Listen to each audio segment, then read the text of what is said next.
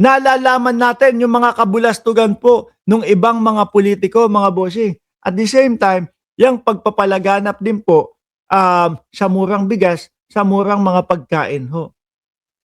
'Di ba? Kaya lang, sadya lang pong mga duwagdaan, mga duwag naman talaga sila. Sadya lang pong mga bulag, itong mga DDS at mga nakatakip ang tenga, nakatakip ang mga mata para po doon sa mga joint force ng Kongreso at ni Pangulong Bongbong Marcos na mga proyekto. Sabi ni Ardayan, mas maayos Quadcom than Senate. Senate, parang teka-teka ho yung Senate natin eh.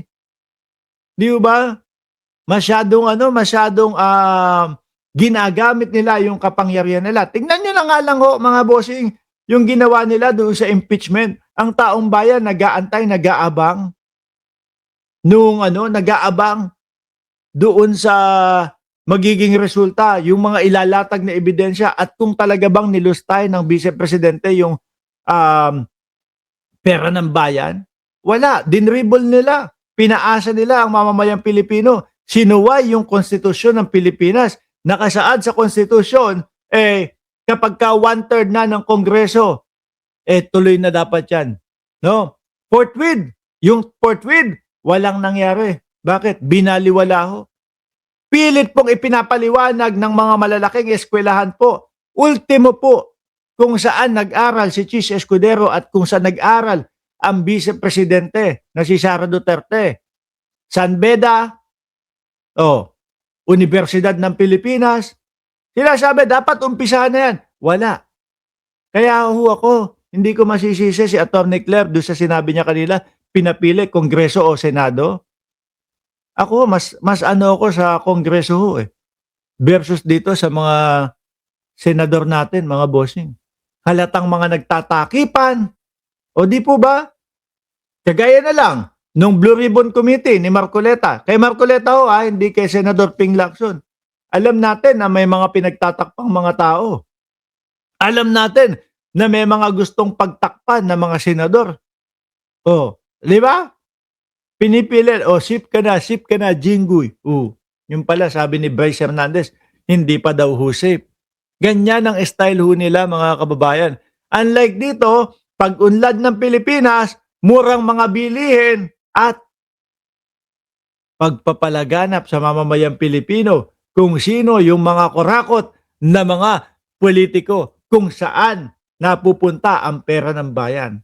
Alam niyo ho, mga kababayan, hanggang ngayon naman wala silang maipakitang ebidensya laban dito kay Congressman Martin Romualdez Ping Lacson, ano sabi ni Ping Lacson mga bossing? Wala pa ding ebidensya. Sabi ni Amy Marcos pinsan, binabanatan ng pinabanatan ni Amy Marcos si Martin Romualdez. Pero hanggang ngayon wala akong nakikita na ipinapakita nilang ebidensya laban doon sa tao. Di po ba? At eto, si Paulo Ortega, tingnan nyo wala pa ding nagbabago. No? Wala pa din nagbabago. Bakit po? Tingin ko, majority pa din ng Kongreso ay nakasuporta dito po kay Congressman Martin Romualdez. Siguro kapag kayong talagang nagkabotohan o nagkaroon ng 1/3 pa din, lagpas pa, no? 3/4 pa din ng Kongreso yung boboto para maibalik, mailuklok sa pagiging House Speaker si Martin Romualdez. Ano sabi nito? Si Ortega, our people deserve clarity, not chaos, hindi pagkakagulo-gulo. Let evidence speak, no? Kaso walang ebidensya yung kabila. Hindi maaari at hindi po pwede, mga bossing, na gusto mong magsampa ng kaso sa isang tao, ang dahilan mo, madami po kasing nagsasabi. Maingay na po. Madami na pong nagrereklamo.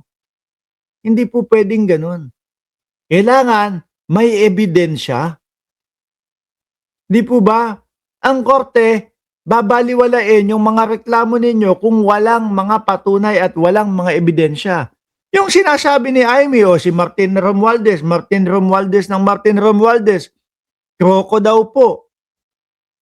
Pero wala naman na ipapakitang ebidensya. Pailabas yung ebidensya. saka imbestigahan. Pero kung walang ebidensya, ba't natin pag-uusapan yan? Aaksayahin natin yung panahon natin. Di ba? Aaksayin mo, panahon mo. Tapos, manggagambala ka ng taong pinagbibintangan mo. Wala ka namang ebidensya. Puro pamumuliti ka lang naman po. Ultimo si Lacson, mga bossing. Ano sabi dito? Oh, House Deputy Speaker La Union Representative Paulo Ortega, if there's none, then it is time to stop politicizing the issue and move forward. Move forward. After Lacson said that there was no evidence linking Romualdez. Ano yun? Ipipilit po ng Senate Blue Ribbon Committee ni Senador Panfilo Lacson. O sige, ipilit natin.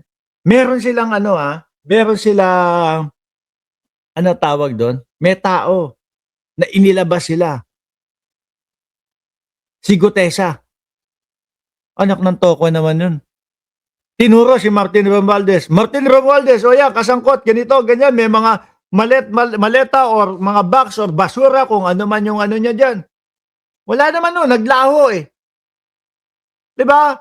Kaisa-isa na tao na nagsasabi na dawit itong si Martin Romualdez, bigla pang nawala.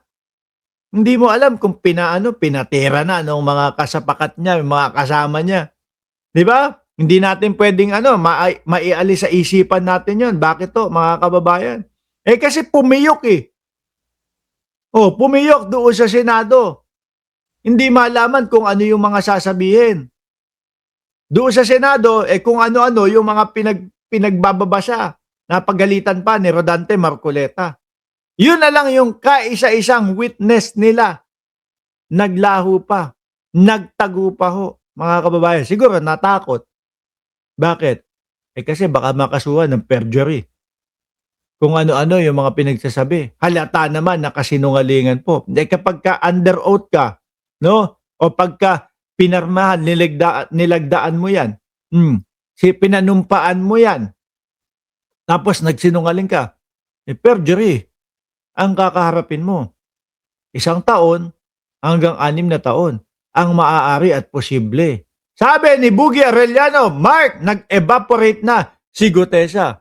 Baka mamaya inilagay na yun, sinementohan na yun sa sa drum, palyado ka, no? Imbis na mapabagsak natin yung mga yon, imbis na matanggal natin si Martin Romualdez dahil sa palyado ka, wala. Sige, isisilid ka na namin sa sako. Uulitin ko mga bossing bago matapos itong na to. Itong topic na ito. Kung walang ebidensya, wag na natin pag-usapan. Diba? Sayang lang ho sa oras at makakagambala lang tayo ng tao.